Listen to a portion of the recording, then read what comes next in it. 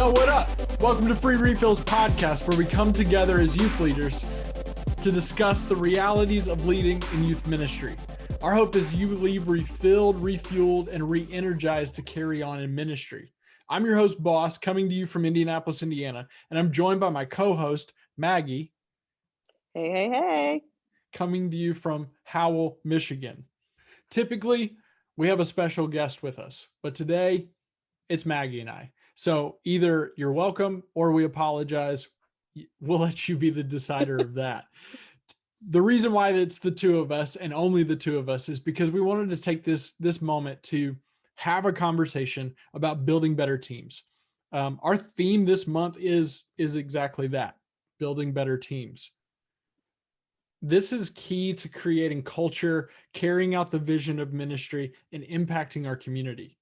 Not only is this an important aspect to focus on for staff hires, but also for volunteers as well. And Maggie and I wanted to have a chat about leading both genders, but then also both of our experiences of being on staff and having volunteers, and then also being a volunteer for a staff. That's why it's just the two of us. We thought it would make it a simple chat and a conversation about this so that you could hear from us before we brought in a special guest to talk about their experience. So Maggie, to set us up in the conversation, or to at least start us off, why is it important for us to build better teams? Yeah, so I mean, my background is mostly in young adult ministry, more recently in youth ministry. But in every team I've been on, I find that the health of the ministry starts with the team, with the leadership team, right? We've all heard that health is a trickle down from the top down. And so that starts with healthy teams led by healthy leadership. And so if we want our students to grow into healthy, mature, multiplying believers, then we have to exhibit that in some form within our teams. Yeah, that's good. That's good. Yeah, I think that many times, I know for myself, and I would assume this for a lot of people because I've been in multiple spaces that I've heard this, especially when we talk about volunteers, I think we've all been kind of subject to hearing a plea from the pulpit, from the stage, or from an announcement space asking for people to come and hang out with teenagers. And when you really get down to it, it is the unintended consequence of saying it's simple, it's 1 hour a week, it's this. We've boiled it down to such a simplistic time frame because we're hoping that we've set the bar really low for people to join in with us. But what we've actually done is we're really just putting ourselves in a posture where we're on our knees begging, going, please. And if you have a pulse, we'll take you. If you're breathing, we'll take you. And the unintended consequence of that is then we don't have better teams. Mm-hmm. And we have potentially a pretty transient group, which is not what students need, which is not what kids need, which is not what anybody needs. And that makes it harder to do ministry. Tell us, like, what you've been on a staff, talk about that, about like what it was like leading volunteers. Yeah, well, I will say too, like, I get that struggle of not having a lot of resources. Yeah, right. And not having a big congregation. I grew up in a relatively, grew up from like birth to 5th grade. We went to a rural church, and so I understand that like there are some people that that's just their reality. Oh, right. But as a staff member, as someone who has worked on a staff and had to recruit volunteers, we would always say that our volunteers were the backbone of our ministry, which is true. Yep. Um, but I, I'm sure all of us have countless stories of situations where we we onboarded a volunteer that we didn't vet very well, Hmm. and something happened. Yep. And if we don't have that story on our team, we know of a ministry that where that happened, where either a volunteer had an inappropriate relationship with a student, or a Hmm. volunteer had an inappropriate conversation with the student, overshared, Yep. um, or shared some theological beliefs that the ministry did not hold to. Hmm. It's, I don't know, I've been thinking more and more about the fact that our volunteer leading volunteers is a lot like discipleship. And if we want our students to be discipled well, we have to pour into our volunteers in the same way. Yep. Um, because really they're the shepherds Right. when it gets down to it. We are just kind of like the team managers. Yep. Yep. So I don't, yeah. Yeah, that's good. You touched on something, talking about, something, we bring somebody on, we onboard them, and then something happens and it surprises us. And that points to that points back to us as the staff member, the leader, Hmm. the, whatever your title is, where you're the shepherd of that group, and you're welcoming people in to join with you in the ministry. um, that points back on us saying we didn't do our due diligence. Like Yeah. we rushed to get them with students, Hmm. and we didn't go back and go, wait a second, I'm here to protect and foster a community of a certain type of atmosphere here. And so we almost need to be protectors of that bubble and be like, hold on, nobody Hmm. just gets in. We need to make sure that you check out before you can come hang out with students. I mean, there's tons of rules and regulations and laws and all sorts of stuff for that reason.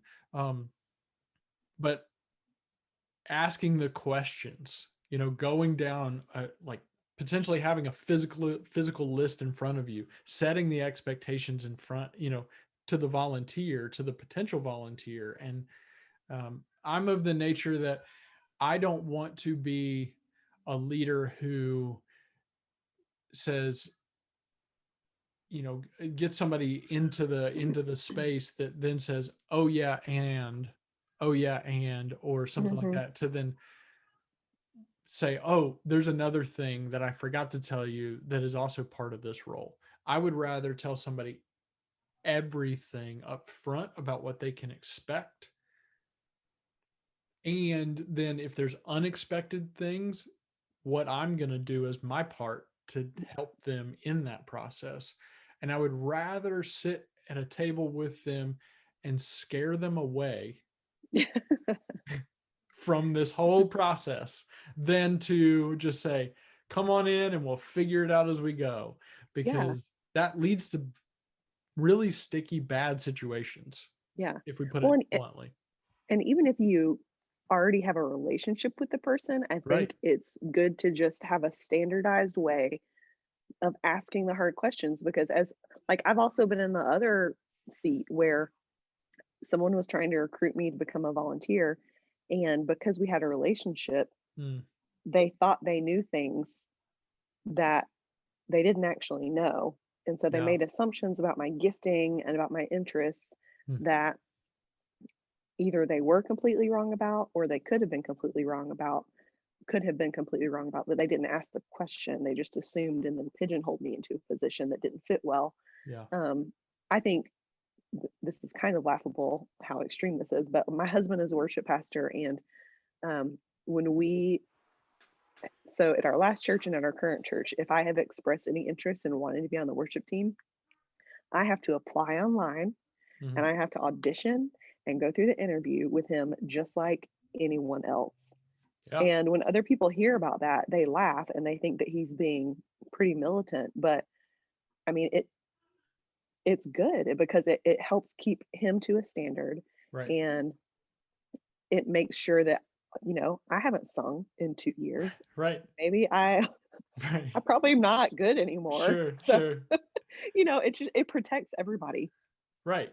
Right. Exactly. It does protect everybody, and it protects the people that you serve, and you're there to serve. Um, yeah, I imagine that when people hear that they were like, you had to what? To Mhm. do what? And obviously the scale change when scale changes, and different contexts mean different things, and depending on who's the leader, that also means like what's being checked, what's not being checked. But having a standardized onboarding process for anyone in any role is all pointing back to it communicates your values, and it communicates Mhm. to them that this is important. I remember when I would sit down with a potential leader, and I would tell them that this is a commitment. At that point, like we had determined, we had said, I'm asking you for 4 years, because what we would do is we would start them. We would ideally, I would like to see somebody start with freshmen in the high school ministry and help graduate them. Or I would say I'm asking you for a commitment of until they graduate, because that is what these students need. Mhm. And at first, people would be like, whoa. And I'm like, but we're going to take it a year at a time. And I'm with you the whole way. And I'm going to do these things. And we're asking you to do these things. And we'll make this as easy of a process as possible. You had mentioned earlier, about a trickle down effect. And Mhm. I have, in years of ministry, thought about that, and thought through this concept, and have literally flipped it from a trickle down effect. And if, hopefully I can tell it in just a few minutes, but I think of it in the trickle down effect of a pyramid. And it's like, okay, you got the leader up top, and you said, okay, the trickle down effect. Well, that means that if the leader's up top, then that means that at the bottom is the people you're serving. And so then I'm thinking, well, that's not a whole lot of pressure at the person up top. Mm. They can come and go and move pretty quickly, and they don't think about, oh, everything else is pretty much going to stay the same without me. But I flip it on its head, and I wish I had a visual on the screen and I could like draw it up with my finger or something. But if you're just listening to it, draw a pyramid, and put several layers and stuff and blocks on it. Now turn it upside down, and then do like a cloud on top of that. You've got an ice cream cone with ice cream in it. The sweetest part about student ministry is the experience with students, Mm. and they're the ice cream. Yeah. And us as the leaders, we're at the very bottom. That means that there's a lot of pressure on us. And this is a waffle cone illustration. Waffle cones, we've all had them. And if you haven't, go get a waffle cone, try it out. But the thing with waffle cones is that they're brittle. And if a place cracks, who gets affected? Mm. Ice cream. It starts to leak out. Those are students. If Yeah. we don't have a good team, and we're not supporting them, and they're not able to be supported, and we're not supporting students that way, then things are going to be affected, and we're going to have a problem. And so that's why building a better team is so important, is because it builds on each other, and it makes the next group ahead of you that much better and that much sweeter if we keep going with this waffle cone illustration. I like it, and now I want some ice cream. Yes, great. Ice cream all around, but get it in your own spaces. Um, so let's talk about um, our experiences, because we know each other, and we've talked about this a little bit, but let's talk about what it's like being a volunteer a Mhm. little bit. And we'll probably backtrack and go back to being on staff and some of those things too. But let's talk about what it's like to be a volunteer for someone in a ministry and some of the things, maybe your experiences where you've said, this was really good, this was not so great. We're not trying to bash anybody, but we can learn from this as leaders. So go ahead, share what was that experience like for you? Yeah, well, just in contrast, so when I was on staff and had volunteers, I was in a young adult ministry role where I had a male counterpart. Mm, And so it made it really not easy, but a lot cleaner to lead sure. male and female volunteers. Yeah. Um, Currently, I'm in a volunteer role in a youth ministry where there is not a female counterpart Okay. staff member. And so it's just the male lead, and he's my point of contact. Mhm. um, and I have been so impressed with how he has led me Mm, because it's been appropriate mm, and um, yeah, just really clear expectations, but also it's not all business. mm, And so I think sometimes in the past, when I've been in other volunteer roles, I have felt like if it was a male who was overseeing me, I had felt like we could only talk business because he was afraid to get personal, because if it got personal, then that opened the door to something inappropriate. yeah. And with ministry, like our faith integrates into every part of our lives. And so if Right. we're going to go back to the illustration or the topic of the fact that leading teams kind of looks a lot like discipleship. Hmm. Discipleship is you talk about your personal life too. Right. And so every time we meet, we try to meet once a month. Um, we go through this kind of grid of questions called RPMs. And so Okay. he asks me, how am I doing relationally, physically, mentally, spiritually? Hmm. Um, and so it starts with that relational, like not all of it is about how I'm connecting with students, how I'm leading small group leaders. It's about my faith, my relationship with God, my relationship with my husband, my family, my friends, Mm, my spiritual growth, how am I doing with God? And so I have really, really appreciated the fact. I just feel like he sees me as a person mm. in a way that maybe in other volunteer circumstances, I felt like a mechanism, not a person. Okay. I don't know if that makes sense. It does. Yeah. So I've grown up in the church. And so like I don't know if it's all, I think again it's all for good reason. There's always reason behind, like here's this is why we do it this way. Everybody has a history as to why some rule was created, Hmm. or protocol or policy, whatever you call it. But even when you just said like the RPM, and you said like relationally, okay, cool, that's an easy question. But then you said physically, Hmm. okay. Inside, I was like, whoa. Like that was my initial reaction, because I was like, wait, I don't I don't know if I would be in a spot where I'd be like, can I ask that question? Is that appropriate? I don't know. Like it, Yeah. I'm probably expressing a lot of things that I would assume probably a lot of men go like,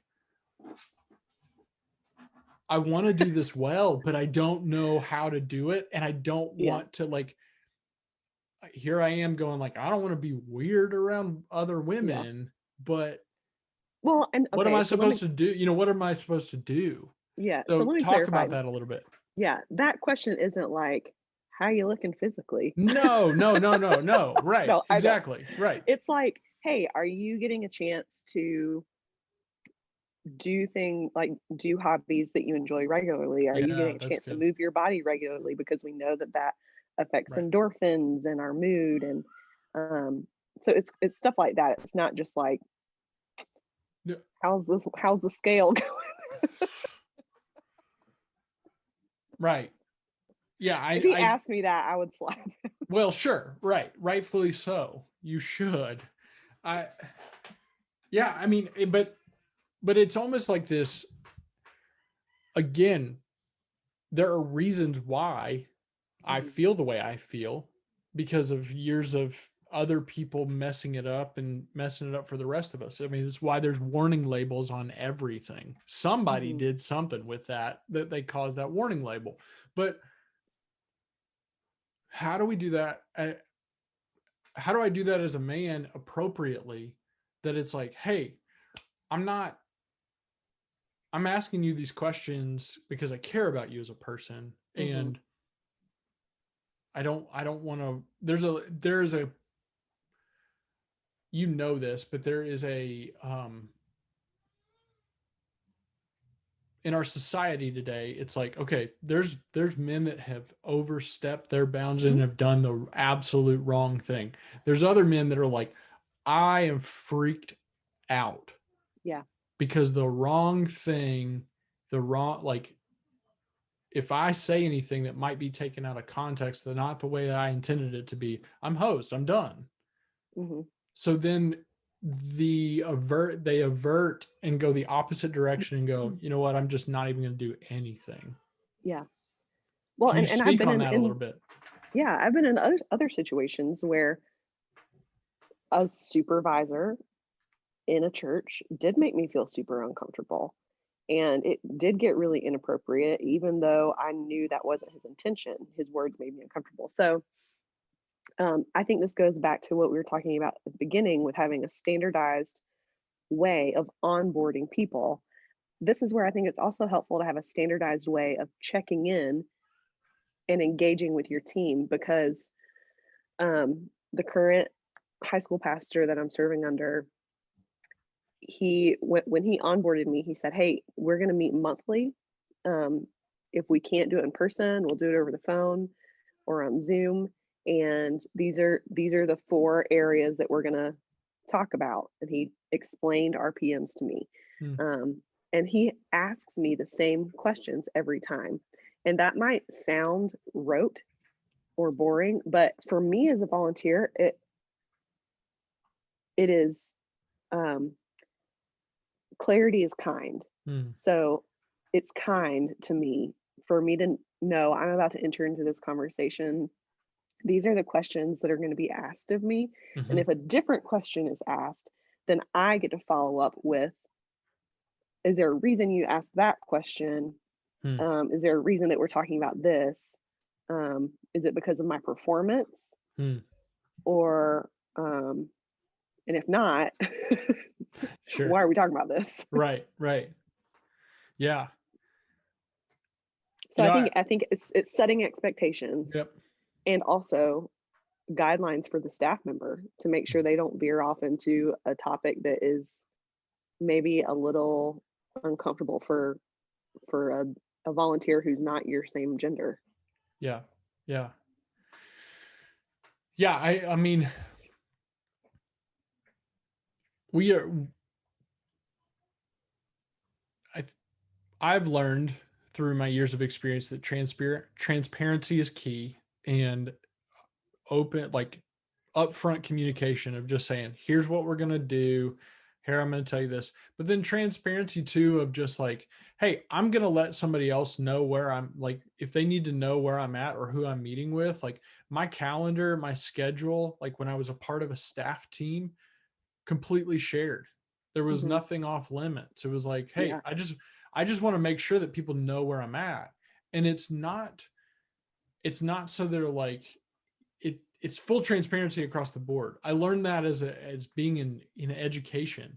I was brought into that, like, I mean, we were brought into like, close up your Facebook, close up all these things, like basically your entire personal life, put it in a closet and forget about it because we've got to keep that separate. But it was transparency of, in order to do this well and right, like you need to be transparent with people. Yeah.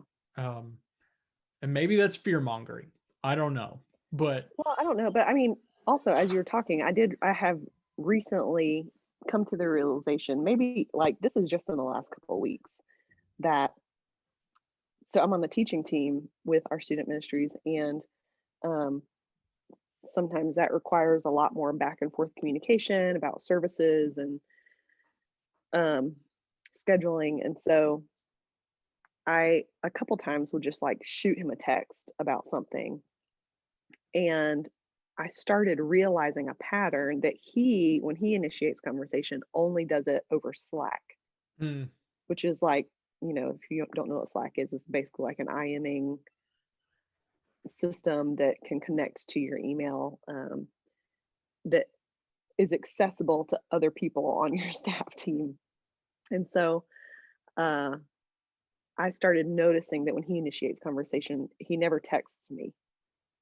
Um, if I text him, he'll respond, but usually if he initiates, it's never via text. And so I started catching on to that recently and was like, oh, this is probably a boundary. So I've started now initiating conversation with him over Slack just to make sure I'm not crossing any boundaries. So I think it's also on the volunteer to be aware of mm, how and when um, the person who's leading you is communicating and yeah. trying to follow cues to keep your staff team healthy and protected as well. So it's not just on the staff, it's on the volunteer. Mm, yeah. Yeah. And it all, I think it all comes back to us as the leader of that group, of like Yeah. setting those boundaries, setting up policies, protocols, consistent protocols that are followed, that can create boundaries that people can then operate inside of without a fear of, am I doing the right thing? Am I doing the wrong thing? And obviously regular communication as well. Um, okay, so can you talk about, as a volunteer, from that perspective, what is it that you, maybe you've already touched on this, but like what is it that you need from the staff member, from the leader of the ministry, to be better or be at your best? I shouldn't say better, but be at your Yeah. best. Yeah. I wonder if this changes based on the personality of the person. Sure. Um, but my personality is I need clear, I need clear, clearly communicated expectations. Because if I don't know the expectations, I can't meet the mark. I can't perform well, and I hate using the word perform, but you guys know what I mean. Right. Right. And I think that that is so important, that having clearly communicated expectations is so important, that it warrants for staff members you asking someone else to look at how you're communicating expectations, because I have experienced this so many times where someone else will be thinking that they're communicating something very well and very clearly, and I'm like, nope, Mm, I'm not getting what you're putting out at all. right. And so as leaders, as staff leaders, having the humility to basically allow someone else to tear apart how you're Mm, communicating things to your volunteers, sure. and that is a kindness.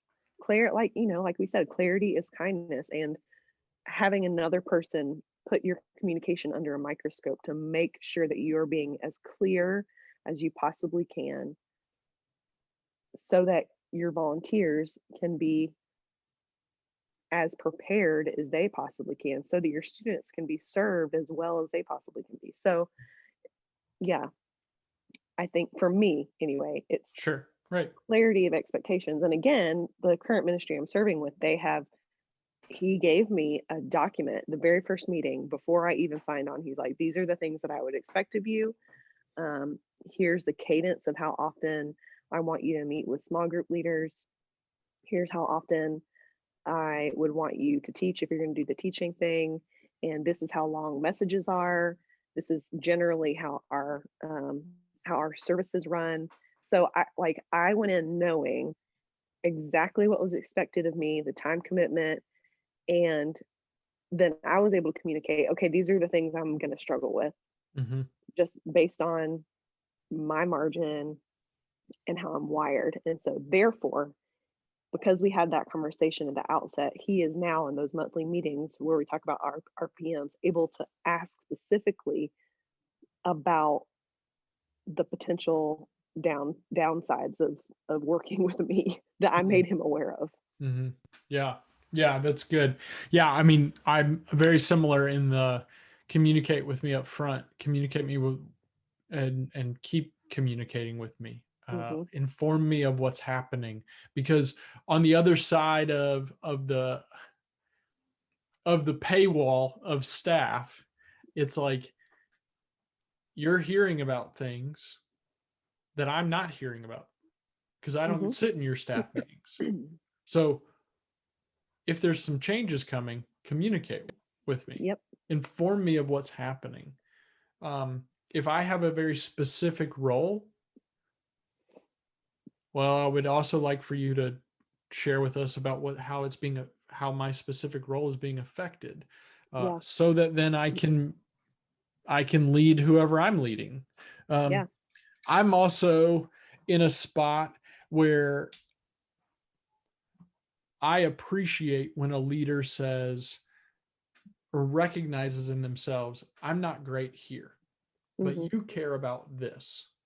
And that is a value to us. So would you come with me, or would you help me understand this space better, Yeah. so that then I can vouch for this or I Yeah. can fight for this? Because and not making my my addition to the ministry a an outsider thing, but of a like, no, this is part of our ministry. I hope I'm Yeah. making sense with that. And it's it's in those moments where, for my personal self, so I can't speak for anybody else, but I can speak to, like, if that isn't happening and communication is lacking, then the product and what comes from that is, oh, you don't value me then. Yep. And it's at that point then that volunteers go, well, it seems like this is running fine without me and I won't be missed. Mm-mm. And my time is possibly being wasted. So I need to Yeah. go give it to something else. Hmm. And that's something that I've learned in my own leadership of, like, okay, if I'm in that spot, I need to remember that. And I need to remember that my giftings are limited Yeah. and they are different, Yeah. and somebody else can probably do it better than me. Well, and going back to the gender conversation, I mean, in our first meeting that I had with my high school pastor, he straight up said, "You're a woman." So Well, that's he did good. not he didn't, Yeah. try to ignore my gender for sake of things being uncomfortable. He was like, "Hey, you're a woman, and our students need to hear a female perspective from stage, because half of our students are female. Right. So we currently don't have a female voice on the teaching team, and I need that. So I need you to do this." Hmm. Um, and so even just acknowledging the inherent power that I hold as a woman Yeah. that he doesn't have access to was so refreshing for me, Hmm. and freed me up to live in that createdness, that the unique way God created me as a woman, that I can minister to half of his students Yes. in ways that he never could. Right. um so yeah, I just think acknowledging the gender difference. Right. People are so afraid to acknowledge stuff like that, but man, that was powerful for me. But and also, like, it's not even, but also, to add on to it, it's not even that you were able to speak to half. It was, you were able to you're able to speak to all, Yeah. Yeah. because the Oh, other yep. half needs See, to looking hear at you that too. correcting me. Yeah. Right? Like, Yeah. I'm not correcting. It's just more No, no, like, no. no, You are though. I they mean, also need to know it too, yeah. because because I need to hear we're you say that because I often think that my voice is only reserved for women or girls, and that's not true. yeah, no, not at all. I men, boys, teenage dudes, whatever, they need to hear women's voices from a spot of a stage, from a spot of power, from a spot of authority, to be able to understand and undo some of these things that have been learned for so long, Hmm. where it's what winds up happening is men, myself probably included, pigeonhole women and go, oh, you can only do this Yeah. because I haven't seen it with my own eyes some other Mm, place. hmm. And so that I'm like, yeah, that's absolutely, that's it. Like you should Yeah. be, that's awesome. It's great. I'll share a story about, and I'm realizing, hold on, this is like the visual here is kind of,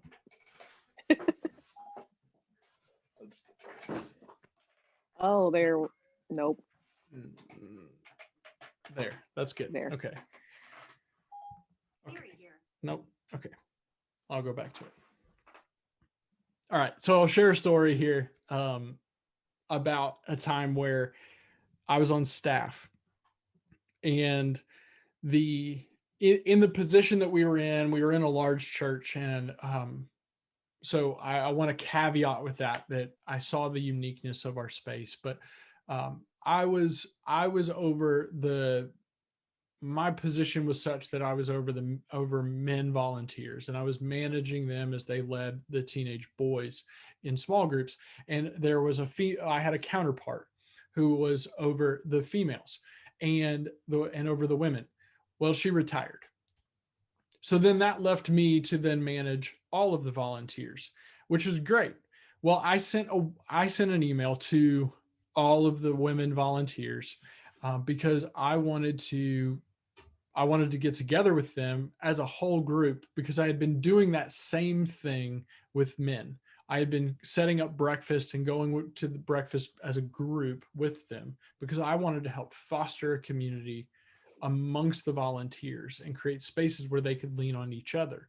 Because I knew myself, I was like, I'm a staff member. I don't know the full struggles of what's going on, or I don't know the full experiences and the ins and outs of being week to week in a small group. So anyway, that's a long setup for this, but I sent this email and I said, I'm taking you to breakfast. We're able to provide this for you, but I'd love to connect with all of you. And then I apologized. I said, I apologize. It was my attempt at a joke, and I said, I apologize if I come across kind of odd. I only really know how to communicate to my wife. And I thought it was I thought I was communicating well as a joke. It wasn't fully, mostly it was taken as a joke, but there were some who were like, you can talk to us the same way as anybody else. And I thought, you're right. I apologize. My fault. I did not mean that by that. And I learned in that lesson, like, okay, what I thought was funny and might have been funny, and some could take it as funny. It wasn't. It wasn't. It was possibly disrespectful because it was, Mm. I'm potentially treating people or seeing people and going, oh, I'm weirded out by this. This is strange. I don't know how to do this. And so, and then we get in the space and it's completely, nobody was looking at me odd or whatever. And I just wanted to share that because it's like, yep, I've overstepped, I've misstepped, I've done things, I've said things unintentionally, or what I thought was an intentional thing didn't work out the way I thought it would. And so anyway, probably a story that doesn't really connect with anything, but that was my experience. But from there, I was at least able to create I intentionally sought out just the women who had somebody leading them. And I said, I need to step into this space. I'm not just going to leave them unattended Yeah. of like, well, that's a woman and I can't be a part of that Yeah. because they're volunteers too. And so I just stepped into it. And things went well after that. Yeah. No, I mean, I think there's always going to be somebody's always going to feel uncomfortable with something, even if Right. you do it perfectly. So even if you hadn't made that joke, who knows? Somebody may have been uncomfortable with the fact that you were emailing them at all, whatever. But I think it's just important that we try to Mm, connect, right? yeah. Instead of disengaging. It would be really easy to disengage because it's uncomfortable, but at least you tried. Yeah. And I would rather someone try and make a misstep than not try at all. Yeah. And I don't at all share that story to like clear my conscience and get you to be like, hey, can you speak for all women and tell me I'm okay and it was fine? I'm not trying to do that at all. It's just more like, well, that was an experience I had as a leader of volunteers and kind of it was a misstep. So that was that. Is there anything else? Maybe there's something we didn't cover. I didn't ask a question. Maybe you were like, I'm dying to share this. And this is that moment to kind of share it. And maybe it'll spur on some more conversation. I think so. We've talked a lot about perspective as a volunteer working with staff members, but I think it's important to also keep in mind the value of staff to staff Mm, team relationships yeah. and remembering that your your staff counterparts who are if you're a guy on staff somewhere and you have a woman who's on staff with you, even if she's not on staff in your same ministry area, to remember that she may be having some interactions and struggles with congregants and volunteers that you will never have to have because you're a dude. Mm, mm, Um, I cannot tell you, being on staff at a church, the countless times that I had weird, creepy dudes mm, trying to talk to me or trying to get my number or writing me notes. And it was very publicized that I was married. My husband was on staff with me. mm. Um, so, I mean, I don't know. Maybe you have gotten weird, creepy ladies sending you stuff, but Nope. I I was talking to a friend about this the other day who is she's actually my husband's employee. She's a worship pastor at our church as well, and we were talking about how I think probably more women on staff and ministry organizations experience this, but they're not willing to talk about it because they feel like they've done something wrong to bring it on, Mm, mm, or they don't want to talk about it and seem like they have invited inappropriate attention from men. mm.